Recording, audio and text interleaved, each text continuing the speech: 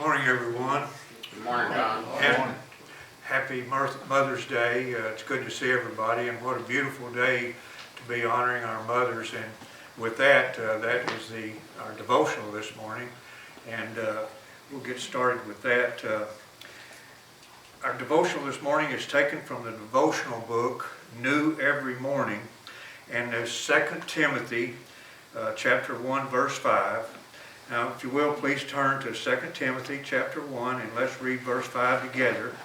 And the title is The Crown of a Godly Mother. Again, that's 2 Timothy chapter 1 and verse 5. Brother Mark, please. When I call to remembrance the genuine faith that is in you, which dwelt first in your grandmother Lois and your mother Eunice, I am persuaded is in you also.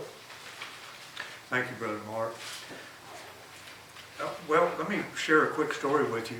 I think it was Wednesday, Georgia alerted me that Sunday was Mother's Day, and that was about the time I was wrapping up the devotional that was prepared for this Sunday, which it's going to be the last part of the series that we've been working on in Galatians, and it'll be the last chapter 6.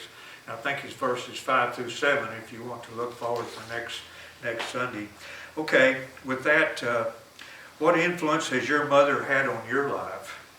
If someone wanted to quote you on the impact your mother has had on you, what would you say? Many outstanding people in this world have attributed their accomplishments to their mothers. Thomas Edison, that famous inventor, wrote, "I did not have my mother long, but she cast over me an influence that has lasted all my life. The good effects of her training I can never lose. My mother was the making of me."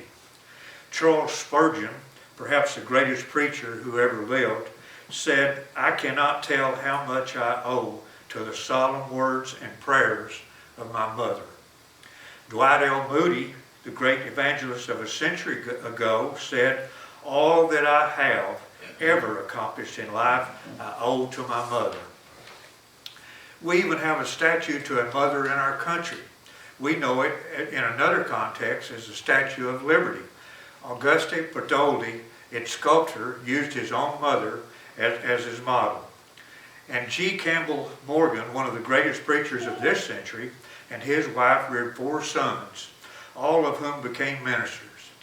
At a family reunion, a friend asked one of the sons, "Which Morgan is the greatest preacher?" The son looked at his father for help in answering. His father replied, "Mother." Her preaching had a great impact on their character. Today, thank God for your mother and for the impact she has had on your life. Make sure you thank her too through a phone call, a letter, a thoughtful gift, or in prayer. Let her know how much you cherish her and her influence. And now in closing, may we thank God for the mothers who have molded our hearts. And as we honor them, we fulfill the truth in Proverbs chapter 31, verse 28. Her children rise up and call her blessed. Amen. Thank you all. Thank you.